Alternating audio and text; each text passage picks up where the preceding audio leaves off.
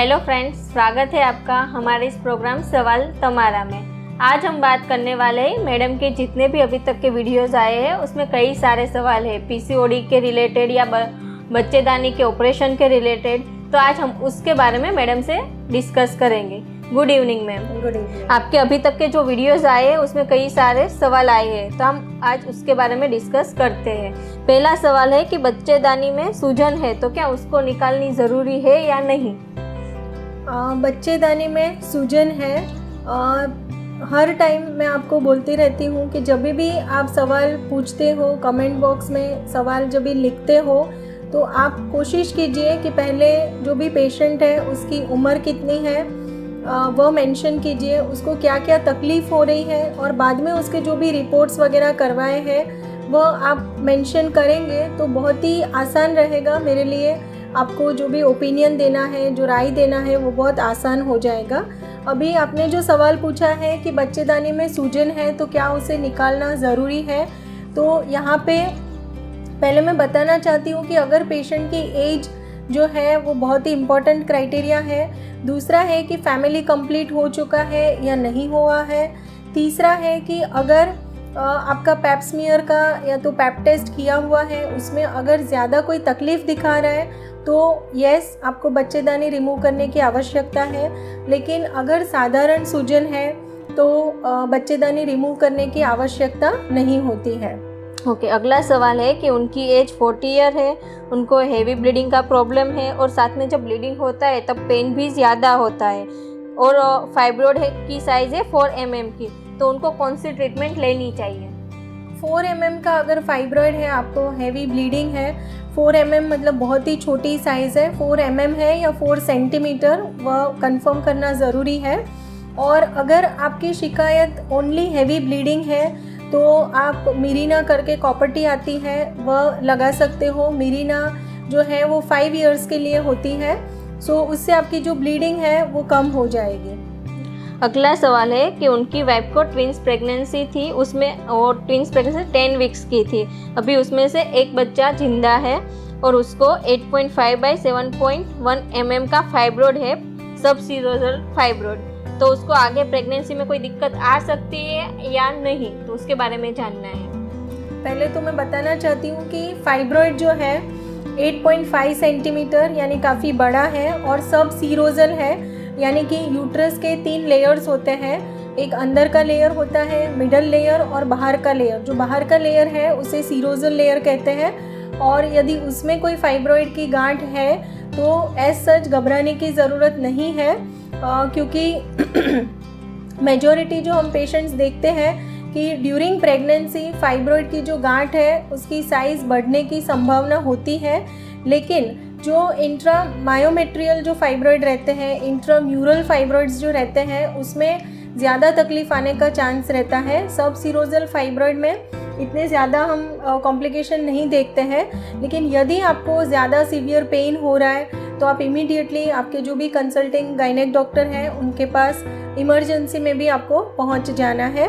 और most of the time full term 36 weeks के बाद आपका नॉर्मल डिलीवरी या तो सिजेरियन, जो भी आपके डॉक्टर को सही लगता है वह हिसाब से वह प्लान करेंगे। ओके, अगला सवाल है कि मुझे रसोली का प्रॉब्लम है, 1.5 mm और 2.1 mm का है और पीरियड्स के टाइम पे बहुत पेन होता है। डॉक्टर ने मुझे मालाडी टेबलेट दी है, तो क्या इससे ठीक हो जाएगा? एज या ऐसा कुछ मेंशन नहीं किया है उन्होंने। ओके, सो पहले तो आपने जो साइज़ मेंशन किया है फाइब्रॉइड का, that is around 1.5 centimetre and 2.5 mm। ठीक है, 2.5 mm बहुत ही छोटी साइज़ है, शायद वो सेंटीमीटर हो सकता है। और मेजॉरिटी जो पेशेंट्स हैं हम लोग जो मेडिकेशन देते हैं, क्योंकि फाइब्रॉइड जो है वो ईस्ट्रोजन डिपेंडेंट ट्यूमर कहा जाता है, और माला डी है या तो माला एन है, वह सब में ईस्ट्रोजन और प्रोजेस्टेरॉन ये दोनों हार्मोन की मात्रा होती है। सो आइडियली आपको प्रोजेस्टेरॉन ओनली पिल्स जो रहते हैं वह लेने की ज़रूरत है rather than Mala and Mala D, because possibility है कि जो स्मॉल डोज ऑफ ईस्ट्रोजन है उससे भी आपके फाइब्रॉइड की साइज़ बढ़ सकती है। जनरली हम जब भी देते हैं ओरल कॉन्ट्रासेप्टिव पिल्स तो आइदर पीरियड्स रेगुलर करने के लिए दे सकते हैं, लेकिन यदि फाइब्रॉइड की वजह से ब्लीडिंग हो रही है और as a treatment medical line of management for fibroid देना है तो ideal is progesterone only pills. और बाकी काफ़ी सारे अभी न्यूअर मेडिकेशन जो आए हैं, डाइनोजेस्ट वगैरह है, मेफेप्रिस्टोन वगैरह है, यह मेडिकेशन भी ले सकते हैं आप। ओके अगला सवाल है कि उनका 2 ऑपरेशन हो चुका है बच्चे के लिए, तो क्या आगे वो लेप्रोस्कोपी से अपने बच्चेदानी का ऑपरेशन करवा सकते हैं या नहीं? बहुत ही अच्छा क्वेश्चन है। जनरली काफ़ी लोगों को माइंड में ऐसा कंसेप्ट होता है कि जो सिजेरियन ऑपरेशन जैसे होता है कि ऑलमोस्ट 9-10 सेंटीमीटर का कट लगता है और सिजेरियन डिलीवरी होती है, तो यदि इन पेशेंट को यूट्रस रिमूवल की सर्जरी आती है तो उनको लगता है कि सीज़र में जैसे ऑपरेशन किया था वैसा ही करना पड़ेगा। लेकिन फ्रेंड्स, यहाँ पे मैं क्लियर करना चाहती हूँ कि यदि आपके प्रीवियस 2 और 3 2 या तो 3 सिजेरियन ऑपरेशन हुआ है और आपको यदि यूट्रस रिमूवल सर्जरी एडवाइस की जाती है तो आपके लिए बेस्ट रहेगा कि आप लेप्रोस्कोपिकली यूट्रस रिमूवल सर्जरी प्लान करें, अनलेस कि बहुत ही बड़ी साइज़ है यूट्रस की और मतलब लेप्रोस्कोपिकली अगर पॉसिबल नहीं है तभी जाके ओपन सर्जरी का ऑप्शन लिया जाता है। लेकिन आइडियली कोई भी पेशेंट है जिसका प्रीवियस कोई भी सर्जिकल हिस्ट्री है उनके लिए लेप्रोस्कोपिक बच्चेदानी रिमूव करने का ऑपरेशन आइडियल रहता है। अगला सवाल है, मेरी बेटी 9 साल की है और 9 साल की उम्र में ही उसको मासिक आ गया है, तो क्या उसको डॉक्टर को दिखाने की ज़रूरत है या नहीं? 9 साल की उम्र में अगर फर्स्ट पीरियड शुरू हो गया है तो आज के ज़माने में यह चीज़ एक एब्सोल्युटली नॉर्मल है। जैसे मेरे जो वीडियोस हैं फर्स्ट पीरियड के ऊपर, वहाँ पे भी मैंने बताया है कि 8 साल के बाद कभी भी पीरियड शुरू हो सकता है। अगर आपकी बेटी का 9 साल में पीरियड शुरू हुआ है तो आपको घबराने की ज़रूरत नहीं है। यदि आप घर पे उसका जो काउंसलिंग रहता है, मेंस्ट्रुअल हाइजीन क्या होता है, वह सब के बारे में उसको समझा देते हैं, तो अभी आपको गायनेक डॉक्टर के पास जाकर चेकअप की ज़रूरत नहीं है। लेकिन यदि उसके पीरियड अनियमित हो जाते हैं, उसको सडनली आपको लगता है वेट गेन हो रहा है या तो और कोई उसके प्रॉब्लम्स हैं, तो उसके लिए आप गायनेक डॉक्टर का संपर्क कर सकते हैं। और जो वीडियो है वह भी आप उसको कम्प्लीटली, जो फर्स्ट पीरियड के ऊपर हमने वीडियो बनाया है वह कम्प्लीटली आप उसके साथ में बैठ के उसको दिखाएं, ताकि छोटे मोटे उसके कोई क्वेरीज रहेंगे तो वह भी आप सॉल्व कर सकते हैं। ओके अगला सवाल है, मेरी बेटी को PCOD का प्रॉब्लम है और उसको शादी को 4 साल हो गए हैं और बच्चा नहीं रुक रहा है, तो उसको आगे क्या करना चाहिए? शादी के 4 साल हो गए हैं और अगर बच्चा नहीं रुक रहा है तो नॉर्मली जो हम टाइम देते हैं कंसीव करने के लिए, या तो कोई भी पेशेंट का ट्रीटमेंट या तो रिपोर्ट्स के लिए जब भी हम एडवाइस करते हैं तो नॉर्मली उनको 12 महीने का समय दिया जाता है।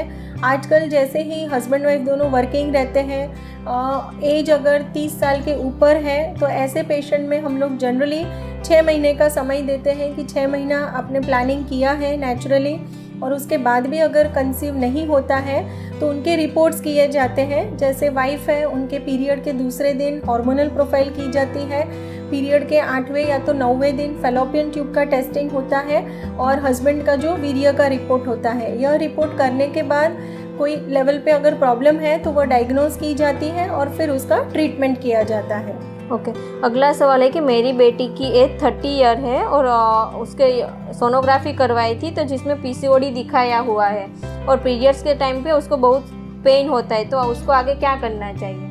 PCOD का जो प्रॉब्लम है, ठीक है, उसकी वजह से पेन मतलब उसको जो पेन हो रहा है वो पॉसिबिलिटी है कि जो यंग गर्ल्स रहती हैं, टीनेजर गर्ल्स रहती हैं, उनको कभी कभी हमने देखा है कि जो पेल्विक मसल्स रहते हैं वो टाइट रहते हैं और नॉर्मली भी उनको डिसमेनोरिया जिसे हम बोलते हैं कि पीरियड के समय पेट में दर्द हो सकता है। एक बार उनका नॉर्मल डिलीवरी हो जाता है, जैसे उनकी एज होती है, शादी हो जाती है, प्रेगनेंसी कंसीव करते हैं और नॉर्मल डिलीवरी होती है, नॉर्मल वजाइनल डिलीवरी, तो उसके बाद उनका यह पेन रुक सकता है। और अभी अगर उनको ज़्यादा पेन होता है तो जनरली हम टैबलेट मेफ्टाइल स्पास करके जो गोली आती है वह एडवाइस कर सकते हैं। अगर बहुत ज़्यादा पेन हो रहा है तो उनका एक बेसलाइन सोनोग्राफी आप करवा लें कि मतलब पीसीओडी की वजह से काफ़ी बार हमने देखा है कि ओवेरियन सिस्ट डेवलप होते हैं, हेमरेजिक सिस्ट डेवलप होते हैं। काफ़ी बार हमने एंडोमेट्रियोसिस, जिसे चॉकलेट सिस्ट हम कहते हैं, तो उसकी वजह से भी पेन हो सकता है। तो एक बेसलाइन सोनोग्राफी करवाना बहुत ही आवश्यक रहता है। ओके, अगला सवाल है कि क्या 10 साल की लड़की को भी पीरियड आ सकता है, और अगर पीरियड आ जाता है 10 साल की लड़की को तो क्या वो टेंशन वाली बात है? नहीं, अभी जैसे सवाल था 9 साल की लड़की के बारे में, तो 10 साल की उम्र में अगर आपका फर्स्ट पीरियड शुरू होता है तो आपको घबराने की ज़रूरत नहीं है, एब्सोल्युटली नॉर्मल है ये। ओके, अगला सवाल है कि क्या मैम आईवीएफ से कंसीव करने के बाद 8 महीने तक आईवीएफ सेंटर में ही ट्रीटमेंट लेना पड़ता है? आईवीएफ ट्रीटमेंट से अगर आप कंसीव करते हो तो आप कोई भी गायनेकोलॉजिस्ट से ट्रीटमेंट ले सकते हो। ऐसा नहीं है कि आपको आईवीएफ सेंटर में ही आपका जो एंटीनेटल पीरियड है, 9 महीने का जो समय है, उनके पास ही चेकअप करवाना है। जस्ट इतना मेक श्योर करना है कि आपको in case high risk pregnancy है आपकी, कि फॉर एग्जांपल जेस्टेशनल डायबिटीज़ होता है, या तो जेस्टेशनल हाइपरटेंशन जिसे हम कहते हैं, या तो हाइपोथायरॉयड की प्रॉब्लम है, तो आपके जो भी डॉक्टर हैं, मेजॉरिटी जो गायनेकोलॉजिस्ट रहते हैं उनका मतलब वो स्पेशलाइज्ड होते ही हैं हाई रिस्क प्रेगनेंसी मैनेज करने के लिए।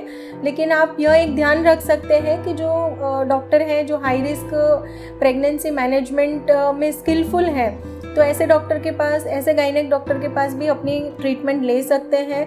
यदि आपके जो आईवीएफ सेंटर वाले जो डॉक्टर हैं वह ट्रीटमेंट दे रहे हैं तो उनसे भी आप ट्रीटमेंट ले सकते हैं। ओके, अगला सवाल है कि मुझे बाइकोनियट यूट्रस की प्रॉब्लम है, तो क्या चाइल्ड, और उसको चाइल्ड भी नहीं हो रहा है, तो आगे उनको क्या ट्रीटमेंट लेना चाहिए? जनरली बाइकोनियट यूट्रस होता है तो उसमें जो हम सर्जरी करते हैं जिसे लैटरल मेट्रोप्लास्टी कहा जाता है, तो यह एक सर्जरी होती है। सो बेसिकली पहले तो आपका एक डायग्नोस्टिक हिस्टोलैप्रोस्कोपी होना ज़रूरी है, और उसमें पता चलता है कि जो एंडोमेट्रियल कैविटी है, जो बच्चादानी है, अंदर का जो स्पेस है वो कितना है, और सर्जरी एडवाइजेबल है या नहीं है। तो एक बार डायग्नोस्टिक लेप्रोस्कोपी हो जाएगा तो यह सब क्लियर हो जाएगा, और आफ्टर सर्जरी आप कंसीव कर सकते हो अगर दोनों बाजू के फेलोपियन ट्यूब्स नॉर्मल है, ओवरीज नॉर्मल है, और हार्मोनल प्रोफाइल वगैरह अगर उनका नॉर्मल है, और सीमेन एनालिसिस जो वीर्य का रिपोर्ट है सब नॉर्मल है, तो यह पेशेंट नॉर्मली भी कंसीव कर सकता है। अगला सवाल है कि उनका 2 बार आईवीएफ साइकिल हो चुका है और दोनों बार उनका नेगेटिव आया है, तो आगे उनको क्या करना चाहिए, कौन से रिपोर्ट करवाने चाहिए? IVF cycle yes, previous 2 IVF cycle, जैसे हमारे एक पेशेंट का क्वेश्चन भी था कि मैम आप इसके ऊपर वीडियो बनाएं कि जिनका प्रीवियस 2 और 3 आईवीएफ साइकिल फेल्ड है, और आगे उनको सक्सेसफुल आईवीएफ ट्रीटमेंट करवाने के लिए क्या क्या रिपोर्ट्स करवानी चाहिए, या तो क्या क्या तकीदारी लेनी चाहिए उन लोगों को। तो यहाँ पे जो सवाल है कि प्रीवियस 2 साइकिल आईवीएफ के फेल्ड है, तो पहले तो आपका एक डायग्नोस्टिक हिस्ट्रोस्कोपी होना बहुत ही आवश्यक है। अगर अंदर कोई भी इन्फेक्शन वगैरह है तो उसकी ट्रीटमेंट ज़रूरी है।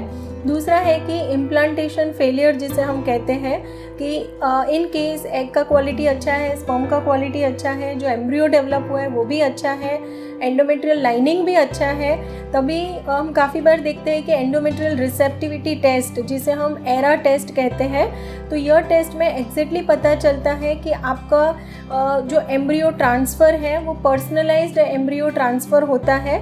ऑन एन एवरेज हम लोग जो ट्रांसफ़र करते हैं 5th डे पे, that is on an average is 120 hours पे होता है।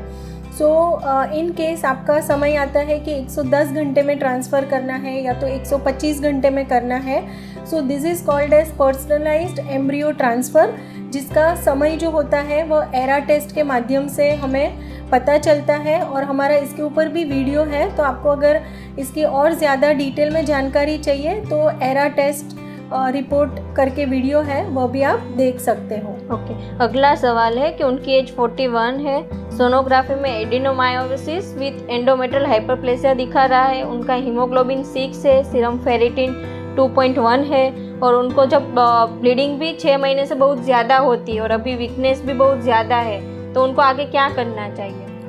41 ईयर्स का एज है, आई थिंक फैमिली कंप्लीट हो चुका है, और एंडोमेट्रियल हाइपरप्लेसिया यानी कि यूट्रस के अंदर का जो लाइनिंग है वो बहुत ही ज़्यादा बन रहा है। तो जनरली यह जो पेशेंट है और सीवियर अनीमिया है, 6 हीमोग्लोबिन है, फेरेटिन इज़ 2, तो इनके लिए फ़र्स्ट इम्पॉर्टेंट रहता है कि उनका एक डायग्नोस्टिक हिस्ट्रोस्कोपी होना चाहिए, और जितना भी लेयर है पहले तो उनको blood transfusion minimum at least 2 blood transfusion PCV देकर उनको डायग्नोस्टिक हिस्ट्रोस्कोपी के लिए लिया जाता है।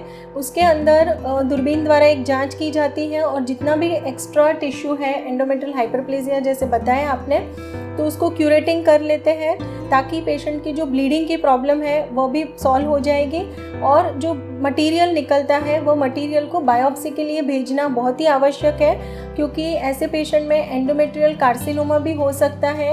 It can be because of infection also, और यह जो प्रॉब्लम है वो हार्मोनल इम्बैलेंस की वजह से भी आ सकती है।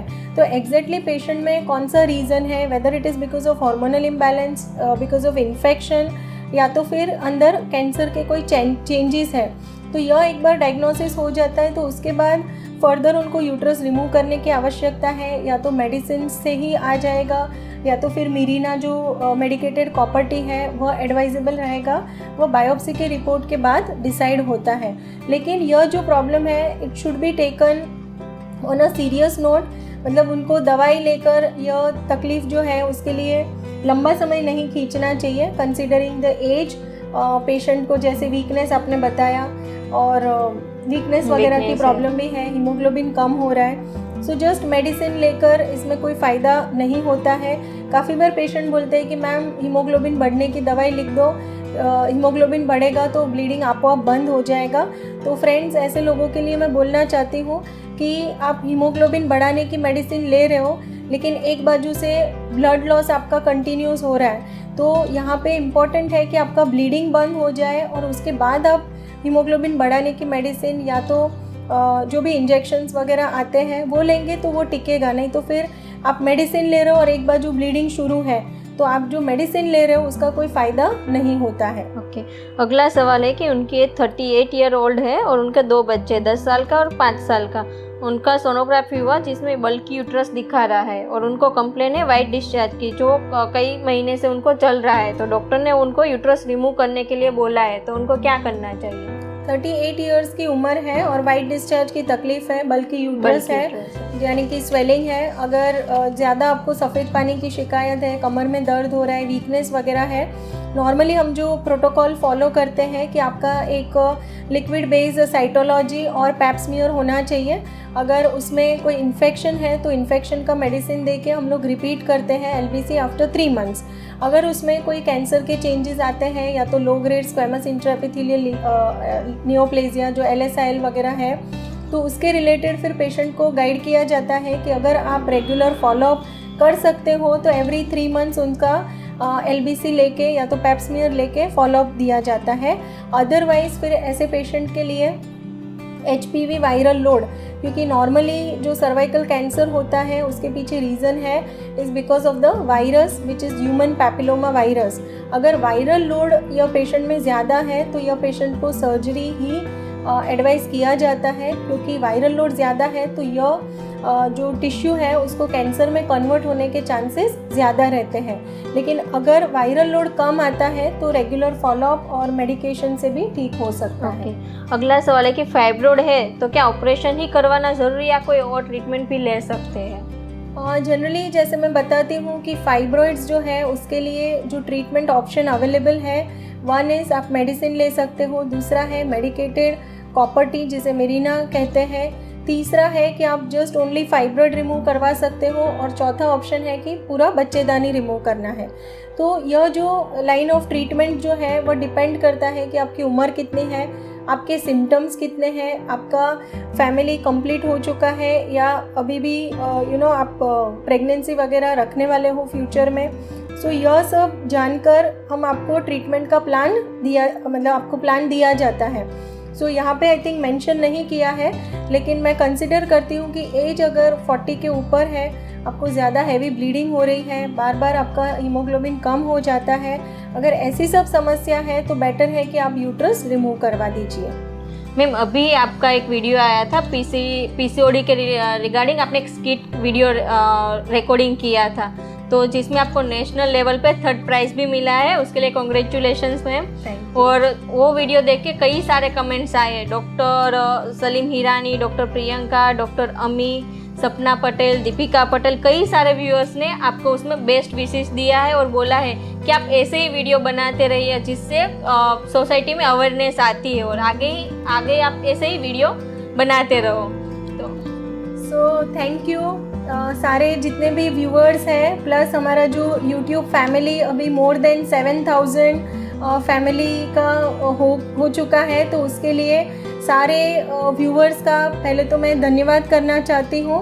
और मैं आशा रखती हूँ कि जो भी वीडियोस आप देखते हो, आपको फील होता है कि आपके कोई क्वेश्चंस हैं तो आप ज़रूर से क्वेश्चन कमेंट बॉक्स में लिखें। आपके कोई बेस्ट विशेष है तो वह भी मैं आशा रखती हूँ कि आप कमेंट बॉक्स में लिखें। स्पेसिफिक टॉपिक आपको लगता है कि मैम हमें ये टॉपिक के बारे में और ज़्यादा जानकारी चाहिए, तो वो टॉपिक भी आप कमेंट बॉक्स में ज़रूर से लिखें। और once again thank you all the viewers for all this love and your best wishes. तो फ्रेंड्स, आपके कोई ऐसे क्वेश्चन है तो आप कमेंट्स बॉक्स में लिख दीजिए, हम उसका आंसर देंगे। अगर आपको कोई ऐसा है कि आपको कोई टॉपिक समझना है या उसके रिगार्डिंग मैडम आप चाहते हो कि मैडम उसके बारे में समझाए, तो भी आप कमेंट्स बॉक्स में लिख सकते हो। तो इसी के साथ देखते रहिए हर बुधवार को रात 8 बजे सवाल तमारा। Thank you.